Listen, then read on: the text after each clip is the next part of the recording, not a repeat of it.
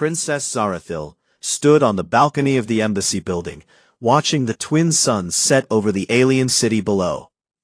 The purple sky looked beautiful, but she felt restless. She had been on this diplomatic mission for 3 months, and she missed home. The princess was 7 feet tall, with dark blue skin that looked almost like armor. Her people, the Veltarans, were one of the strongest species in the galaxy. The communication device on her wrist buzzed. She looked down and saw it was an urgent message from the capital. Her heart started beating faster. Urgent messages were never good news. Princess Zarathil came the voice of General Corex, her father's most trusted advisor. His voice sounded strange, like he had been crying. "You must return home immediately. There has been a terrible attack." "What kind of attack?" she asked, but she already knew the answer would be bad. "He was killed during the peace talks with the Zephyrian rebels. We believe it was the work of professional assassins, the same group that has been causing trouble across the outer systems." The princess felt the world spin around her. Her father was the strongest warrior she knew. He had fought in dozens of battles and survived attacks from the most dangerous enemies in the galaxy. How could he be dead? "The council has called an emergency session," General Corex continued. "As the only heir, you must return and claim the throne. If you do not get back soon, there will be civil war. The rebel factions are already making moves to grab power." Princess Zarathil closed her eyes and took a deep breath. She had trained her whole life for this moment, but she never wanted it to come so soon. "I understand. Prepare my ship. I will leave within the hour." "There is one more thing," the general said. "Our intelligence shows that the same assassins who killed your father are now hunting you. The Galactic Protection Agency is sending someone to guard you during the journey home." "Good. Send me their best warrior. I want someone who can fight beside me if we run into trouble." There was a long pause. "They are sending someone, Princess. His name is Marcus Chen. He should arrive at the embassy soon." 2 hours later, Princess Zarathil stood in the embassy's main hall, waiting to meet her new bodyguard. She expected to see a large warrior, maybe from one of the strong military species like the Krokar or the Phanex. Instead, a small figure walked through the door. The man was clearly human. He was maybe 6 feet tall, with brown hair and quiet brown eyes. He wore a simple dark suit that looked like something a businessman might wear. He carried a small bag and looked like he belonged in an office, not on a battlefield. "Your Highness," he said with a small bow, "I am Marcus Chen. I have been assigned to protect you during your journey home." Princess Zarathil stared at him. This was a joke. This small, weak-looking human was supposed to protect her? She was bigger than him, stronger than him, and definitely more dangerous than him. Humans were known throughout the galaxy as a clever species, good with computers and machines, but they were physically weak. They lived short lives, and their bodies broke easily. "Is this some kind of mistake?" she asked. "Where is my real bodyguard?" "I am your bodyguard, Your Highness," Marcus said calmly.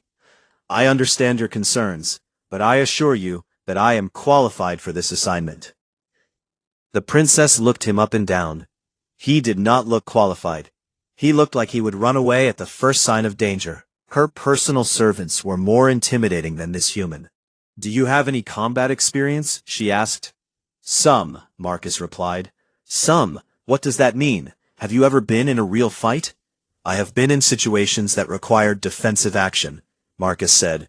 His voice was quiet and calm, like he was talking about the weather. Princess Zarathil felt her anger rising. Her father was dead, assassins were hunting her, and the protection agency had sent her a human accountant. "This is unacceptable. I demand a real warrior, someone from the Phanex military, or a Krogar battlemaster, not a human clerk." "I understand your feelings, Your Highness," Marcus said, "but I am the agent who has been assigned to this case. I have already reviewed the travel plans and security arrangements. We should leave soon if we want to stay ahead of any pursuit." The princess wanted to argue more, but she knew she did not have time. Every hour she delayed gave the rebels more time to organize. She would have to accept this weak human escort, and rely on her own abilities to keep herself safe. "Fine," she said, "but understand this clearly. I do not expect you to actually protect me. I can take care of myself. Just try to stay out of my way and do not slow me down." "Understood, Your Highness," Marcus said with another small bow. As they walked toward the landing platform where her ship was waiting, Princess Zarathil noticed that Marcus moved differently than she expected. He walked quietly, and his eyes seemed to be watching everything around them. When other people approached, he positioned himself slightly between them and her, but he did it so smoothly that she almost did not notice. Maybe the human was not completely useless, but she still could not understand why the protection agency would send such a small, weak person to guard the most important princess in the empire. It made no sense. The transport ship was called the Stellar Crown, and it was one of the fastest vessels in the royal fleet. As they boarded, the captain saluted both of them. "Your Highness, we are ready to depart whenever you give the order. The route has been planned to avoid the most dangerous areas of space." "Good," the princess said. "How long until we reach the capital?" 4 days, Your Highness, if everything goes smoothly." Princess Zarathil nodded. 4 days was not too long. She could keep herself safe for 4 days, even with only a human accountant for backup. As the ship lifted off from the planet's surface, she looked back at the embassy building, getting smaller below them. This was the last peaceful place she would see for a long time. From now on, she would have to assume that enemies were watching her every move. She glanced over at Marcus, who was reading something on a small device. He looked completely calm, like this was just another normal day for him. The princess shook her head. She would have to be extra careful during this journey. She could not rely on anyone else to keep her alive. The first day aboard the Stellar Crown passed quietly. Princess Zarathil spent most of her time in the command center, studying the ship's defensive systems and reviewing their travel route. She wanted to understand every detail of their journey home. If assassins were really hunting her, she needed to be ready for anything. Marcus Chen, her human escort, seemed to spend his time doing boring paperwork. She saw him checking supply lists, reading crew schedules, and looking at maintenance reports. It was exactly what she expected from a human. They always seemed more interested in paperwork than actual fighting. "Mr. Chen," she said during lunch on the second day, "I want to review the security protocols with the ship's crew. We need to make sure everyone understands their duties if we are attacked." Marcus looked up from his tablet. "I have already spoken with the captain about security arrangements, Your Highness. Everything is in order." "You spoke with the captain? When?" The princess felt annoyed. She was supposed to be in charge of her own protection. "I had some help. This morning while you were reviewing the navigation charts," Marcus said calmly. "I also completed background checks on all crew members. They are all clean." Princess Zarathil stared at him. "Background checks? How did you do background checks so quickly? That kind of work takes days, even with the best computers." "I had some help," Marcus replied, then went back to reading his tablet. This made the princess even more annoyed. What kind of help could a human have that worked faster than her own royal intelligence networks? She decided that Marcus was probably lying to make himself seem more useful than he actually was. "I want to interview each crew member personally," she announced. "I need to make sure they can be trusted." "That is your choice, Your Highness," Marcus said. "But it might not be necessary. I am confident in their loyalty." The princess ignored him and spent the afternoon talking to the crew. The captain, the engineer, the pilot, and the others all seemed honest and dedicated. But she noticed something strange. When she asked them about security procedures, they all mentioned that the human agent had already briefed them on emergency protocols. "What kind of briefing?" she asked the captain. "He explained what to do if we were boarded by hostiles," the captain replied. "Very detailed instructions about lockdown procedures and safe room locations. He also gave us new communication codes to use if our regular channels were compromised." Princess Zarathil was surprised.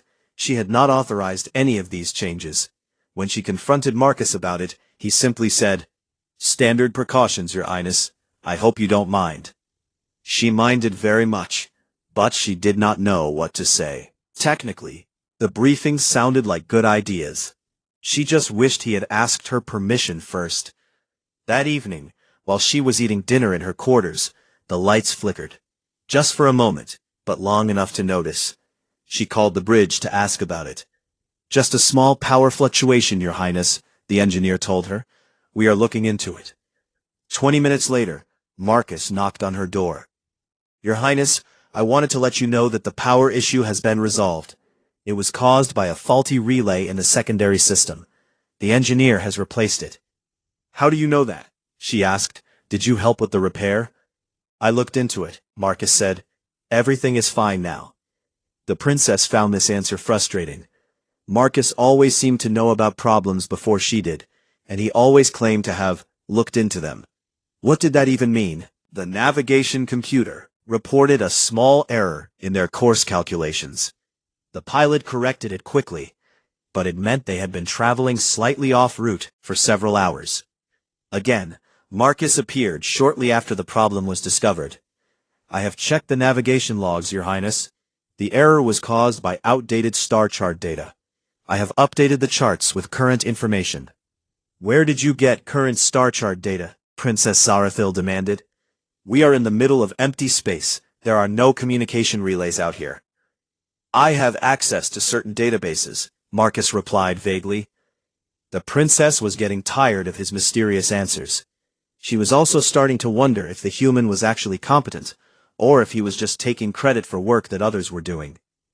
On the third day, they were scheduled to pass through the contested zone, an area of space known for pirates and mercenary groups. Princess Zarathil called a meeting with the senior crew to discuss defensive preparations. "I want all weapon systems checked and ready," she announced. "Post extra guards at all entry points. Monitor all communication channels for suspicious activity. We should assume that hostile forces know our route and might try to intercept us." The captain nodded. "Yes, Your Highness. We will take all necessary precautions." Marcus raised his hand slightly. "Your Highness, these preparations might be premature. I do not believe we face any immediate threats in this region." Princess Zarathil turned to stare at him. "Premature? We are entering the most dangerous part of our journey. How can defensive preparations be premature?" "I have been monitoring communication traffic and ship movements in this area," Marcus explained. "I have not detected any unusual activity that would suggest an ambush." "You have been monitoring communications? What equipment are you using?" Marcus hesitated for a moment. "I have access to certain monitoring tools, Your Highness." There he was again with his vague answers. Princess Zarathil decided she had heard enough. "Mr. Chen, I appreciate your efforts, but I am in command of this mission. We will implement full defensive protocols whether you think they are necessary or not." "Of course, Your Highness," Marcus said. But she noticed that he did not look worried or concerned. He looked like someone who was humoring a child. That afternoon, while the crew was busy with defensive preparations, Princess Zarathil began paying more attention to Marcus's behavior. She noticed that he never sat with his back to an open doorway. When people approached him, his hand would move slightly toward his jacket before relaxing again. When he walked through the ship, his eyes constantly scanned the corridors and rooms. These were not the behaviors of a weak accountant. These were the habits of someone who expected trouble and knew how to handle it. "Mr. Chen," she said during dinner, "what exactly did you do before you became a bodyguard?" "Various types of security work, Your Highness," Marcus replied.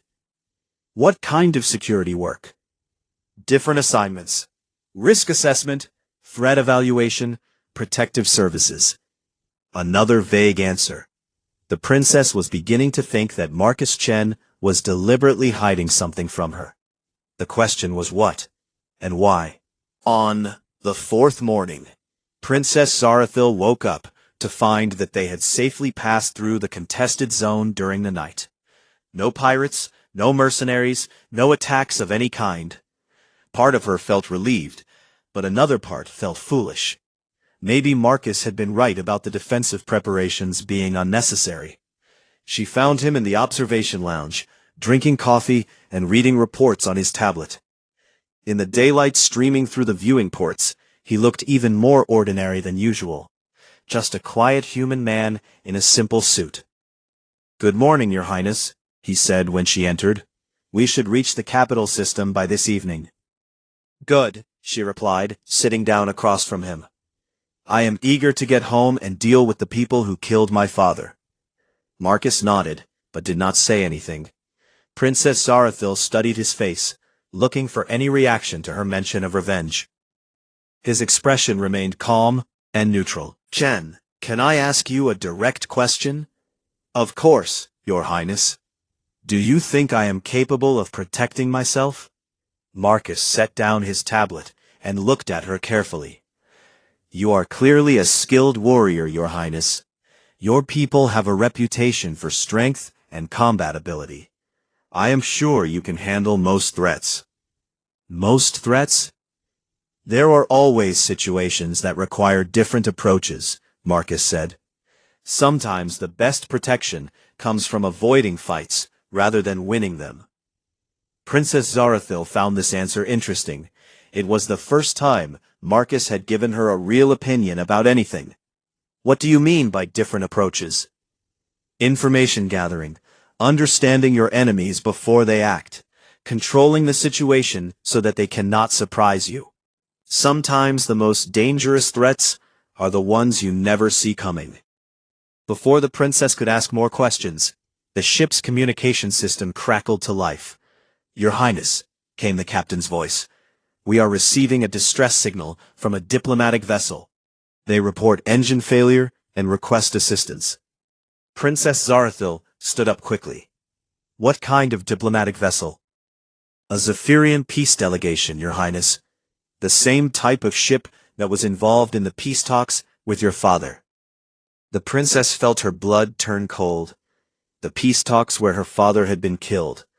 But she also knew that if there were real diplomats in trouble, she had a duty to help them. "Your Highness," Marcus said quietly, "I recommend that we do not respond to this distress call." She turned to stare at him. "Why not? If there are people in danger, we have to help them." "Distress calls can be faked. This could be a trap. Or it could be real diplomats who need our help. I will not abandon innocent people just because we are afraid." Marcus stood up as well. "Your Highness, I strongly advise against this course of action." Princess Zarathil felt her anger rising again. Here was the weak human, trying to make her act like a coward. "Mr. Chen, I am not going to hide from my responsibilities. We are going to help those people." She walked quickly toward the bridge, with Marcus following behind her. When she arrived, she found the captain waiting for her decision. "Prepare to dock with the diplomatic vessel," she ordered.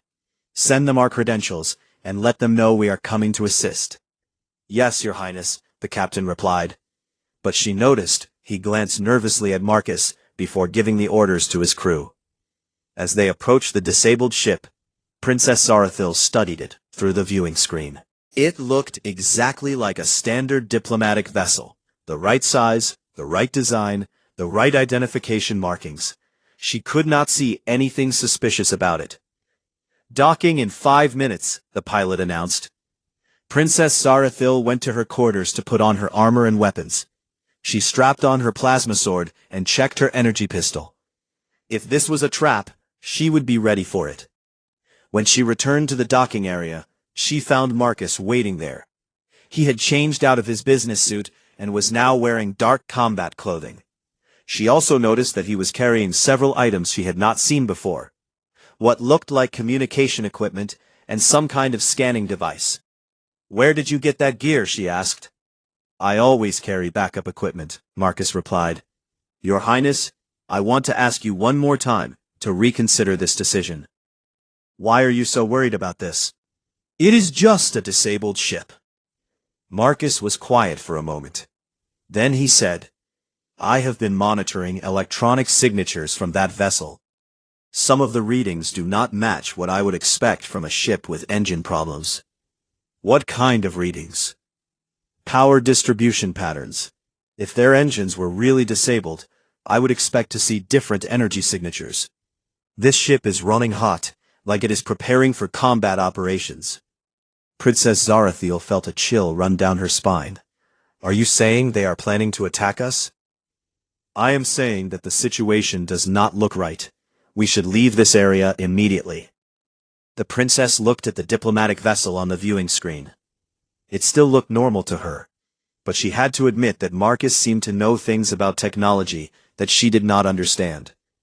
Docking complete, the pilot announced. The diplomatic vessel is requesting permission to send a delegation aboard.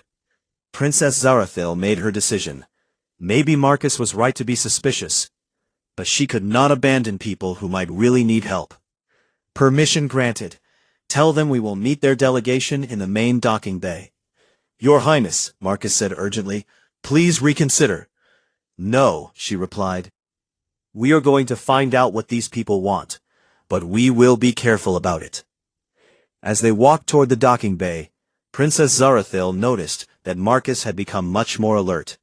His movements were different now, smoother, more controlled. He was no longer walking like a businessman. He was walking like a predator. Mr. Chen, she said quietly, is there something you have not told me about your background? Marcus glanced at her. Your Highness, there are many things I have not told you, but right now, the most important thing is that you stay behind me when we meet these visitors. Stay behind you? I am not hiding behind a human. Please, Your Highness, trust me on this. There was something in his voice that made her pause. For the first time since meeting him, Marcus Chen sounded genuinely worried. And if something could worry a man who had remained calm through every other crisis on their journey, then maybe she should be worried too. They reached the docking bay just as the airlock began to open. The airlock finished opening with a soft hiss of equalizing pressure. Princess Zarathiel stood ready, her hand resting on the grip of her plasma sword. Beside her, Marcus had positioned himself slightly forward, though she still thought it was strange for him to try to protect her when she was clearly the better fighter. For a moment, nothing happened. The corridor leading to the diplomatic ship was empty and quiet.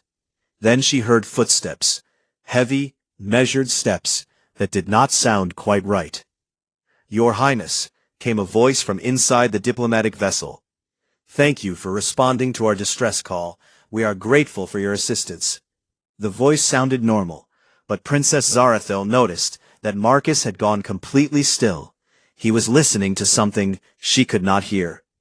Please, come forward so we can discuss our situation, the voice continued. Stay here, Marcus whispered to the princess. Do not move closer to that airlock.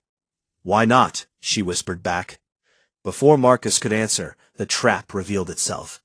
A figure stepped into view in the airlock doorway, and Princess Zarathiel felt her blood turn to ice. It was a Kethmori warrior. Kethmori were 8 feet tall and built like living weapons. They had 4 arms, each ending in razor-sharp claws. Their skin was thick and dark, almost like natural armor. Their species had been hired as assassins and mercenaries throughout the galaxy for thousands of years. These were the same creatures that had killed her father. Princess Zarathiel, the Kethmori said in a voice like grinding stone, you will come with us. Your death has been purchased, and we always complete our contracts. More figures appeared behind the first one. Princess Zarathiel counted quickly. 12 Kethmori warriors, all armed with energy weapons and their natural claws. Each one was a professional killer, trained from birth to hunt and destroy their targets. I think not, she said, drawing her plasma sword. The weapon hummed to life, casting blue light on the walls around them. The lead Kethmori laughed, a sound like breaking glass. 1 small princess and 1 weak human against 12 of us? This will be over quickly. Princess Zarathiel knew he was right. She was a skilled fighter, one of the best in the royal guard. But fighting 12 Kethmori assassins in the narrow corridor of a ship was practically suicide. She would be lucky to kill 2 or 3 of them before they overwhelmed her. She glanced around quickly, looking for Marcus. Where was her human escort? Had he run away to hide when he saw the assassins? Then she spotted him. Marcus was no longer standing beside her. Instead, he had moved to a position near the wall controls. His hands were working quickly on a control panel she had not noticed before. "What are you doing?" she called to him. "Getting us an advantage," Marcus replied, without looking up from the controls. The Kethmori warriors started moving forward. They spread out to fill the corridor, cutting off any escape routes. Princess Zarathil raised her sword and prepared to fight. She would sell her life as dearly as possible. "Surrender now, and your death will be quick," the lead assassin said. "Resist, and we will make you suffer." "I am Princess Zarathil of the Veltaran Empire," she replied loudly. "I do not surrender to hired killers." The Kethmori warriors raised their weapons, energy rifles, plasma cannons, and molecular disruptors. Enough firepower to cut through a tank. In the confined space of the ship's corridor, there was nowhere to run and nowhere to hide. "Your Highness," Marcus called softly. "When the lights go out, drop to the floor and do not move." "What lights?" she started to ask. Then everything went black. The corridor plunged into complete darkness. Emergency lighting should have activated immediately, but nothing happened. Princess Zarathil could not see her own hand in front of her face. She heard the Kethmori warriors cursing in their own language. Energy weapons fired wildly, lighting up the darkness for brief moments. She could hear them moving around, trying to find their targets. "Where are they?" one of the assassins shouted. "I cannot see anything," another replied. More weapons fired. Princess Zarathil pressed herself against the floor, trying to stay out of the line of fire.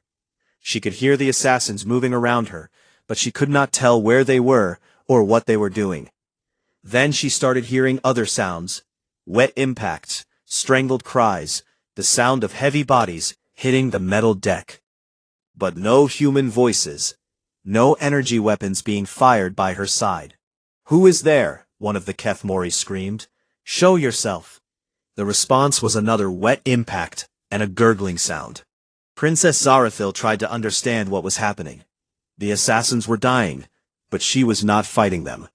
She was lying on the floor in complete darkness. So who was killing them? "It is the human," another assassin shouted. "Find him." "Where is he?" came the reply. "I cannot see him." More sounds of violence echoed through the corridor. Snapping sounds, like bones breaking. Choking noises, the shuffle of feet on metal deck plates. But she could not hear Marcus's voice, or any sound that would tell her where he was. "There!" a Kethmori warrior yelled, and fired his weapon. The energy blast lit up the corridor for a moment, showing several dark shapes on the floor.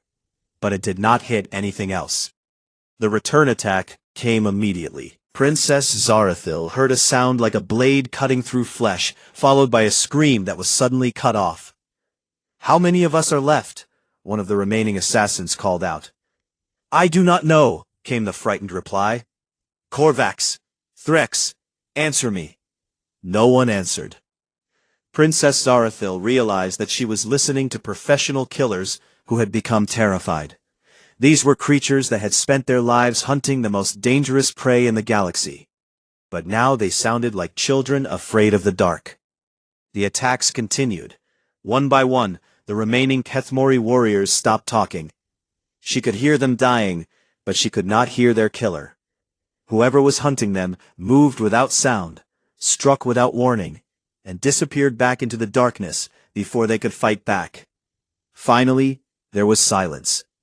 Princess Zarathil lay on the floor, breathing hard. Her heart was pounding so loud, she was sure everyone could hear it. Then, 30 seconds later, the emergency lights flickered back on. Princess Zarathil blinked as the emergency lights slowly came back to life. The corridor was filled with a dim red glow that made everything look like a scene from a nightmare. She pushed herself up from the floor and looked around. 12 dead Kethmori assassins lay scattered throughout the corridor. Each one had been killed by precise strikes to vital points: throat, heart, base of skull. There were no energy weapon burns, no plasma cuts, no signs of the high-tech weapons that modern warriors used. These kills had been made with bare hands and simple tools. Princess Zarathil stared at the bodies in shock. She had seen battlefields before, but this was different. This was not the result of a fight. This was the result of a hunt. Your Highness! She spun around to see Marcus Chen emerging from the shadows near the wall. His dark combat clothing helped him blend into the dim lighting, but now she could see him clearly. He was completely calm, breathing normally, not even sweating. In his hands were several small items that she now realized were weapons. Simple knives and tools that could kill silently. "Are you injured?" he asked, checking her over with his eyes. "No, how did you—" She could not find the words to ask what she wanted to ask. Marcus holstered his weapons with smooth, practiced movements. "We should return to the bridge, Your Highness. I need to check for any additional threats." Additional threats? Princess Zarathil was still trying to process what she had just witnessed. "You killed 12 Kethmori assassins, in the dark, in 30 seconds. Actually, it was closer to 28 seconds, Marcus said, as if this was a normal conversation. "But we can discuss the details later. Right now, we need to make sure this was the only attack team." As they walked back through the ship, Princess Zarathil found herself looking at Marcus with completely new eyes. The quiet, unremarkable human, who had seemed so ordinary, was moving with the fluid grace of a predator. She noticed details that she had missed before: the way he kept track of every person and every possible threat around them, how his eyes constantly scanned for danger, the way he positioned himself to control their route through the ship. "Mr. Chen," she said when they reached the bridge, "I think you owe me an explanation." Marcus nodded to the captain, who looked relieved to see them both alive. "Take us away from the diplomatic vessel immediately," Marcus ordered. "Full speed toward the capital. And send a coded message to Fleet Command. Tell them the Nightfall package has been delivered." "Yes, sir," the captain replied, then caught himself. Yes, Your Highness." Princess Zarathil noticed that the captain had taken orders from Marcus without question. "Nightfall package? What is that?" "Your Highness," Marcus said gently, "perhaps we should speak privately." They went to the princess's quarters, where Marcus finally began to explain what had really been happening during their journey. "The assassination plot against you began before your father was killed," he said. "The Galactic Protection Agency has been tracking a network of hired killers for several months. We knew they would try to eliminate you before you could claim the throne." "We?" "I am not just a bodyguard, Your Highness. I am a specialist in counter-assassination operations. My job was to protect you by eliminating the threats against you." Princess Zarathil sat down heavily in her chair. "All those small incidents during our trip were probes by the enemy," Marcus confirmed. "They were testing our defenses, looking for weaknesses, trying to find the best way to attack you. I made sure they failed every time. But you made it look like accidents and minor problems. That was the point. I wanted the enemy to think their probes were succeeding. I wanted them to believe that our defenses were weak and that you would be an easy target." The princess thought back over the journey. All of Marcus's strange behavior now made sense. The mysterious communication monitoring, the background checks that happened too quickly, his knowledge of technical problems before anyone else knew about them. "You were hunting them," she said. "Yes, the distress call from the diplomatic vessel was exactly what I was waiting for. I knew they would use that approach because it would appeal to your sense of duty. You would feel obligated to help, even if it might be dangerous. So you let me walk into a trap. It was the only way to draw out all of the assassins at once. If we had avoided the trap, they would have just tried again later, maybe when we were not prepared for them. This way, we could control the situation." Princess Zarathil felt a mixture of anger and admiration. "You used me as bait." I used myself as bait, Marcus corrected. You were never in real danger. I had control of the ship's systems from the moment we docked. I could cut the lights, seal the airlocks, control the artificial gravity, whatever I needed to gain an advantage over the enemy. But 12 Kethmori assassins are very dangerous if they can see you, Marcus said. In complete darkness, they become much more manageable. Humans have some advantages that other species do not always appreciate. What kind of advantages? Marcus was quiet for a moment, choosing his words carefully. We are very good at adapting to difficult situations. We can fight in conditions that would disable other species. And we have learned to use tools and tactics that others might consider primitive or dishonorable. Princess Zarathil thought about the dead assassins lying in the corridor. You killed them with knives. Among other things, when you cannot use energy weapons without giving away your position, you learn to be creative. But they were professional killers, the most dangerous fighters in the galaxy. They were specialists, Marcus agreed.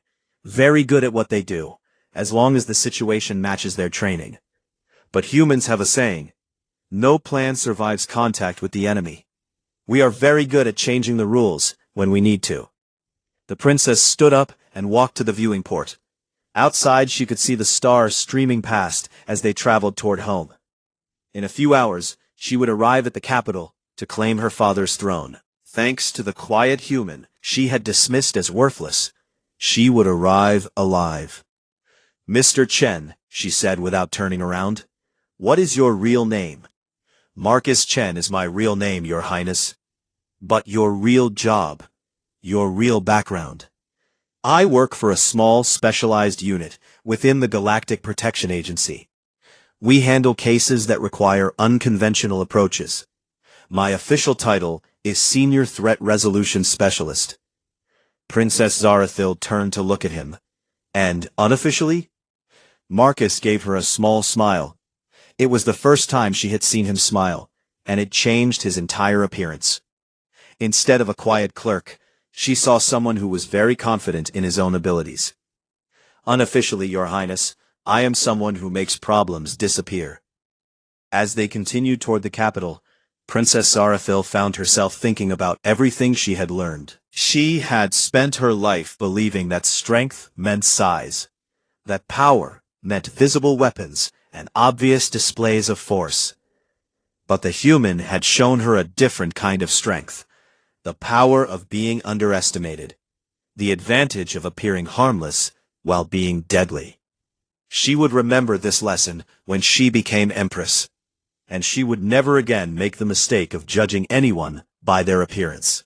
Sometimes, the most dangerous predators in the galaxy were the ones that looked like accountants.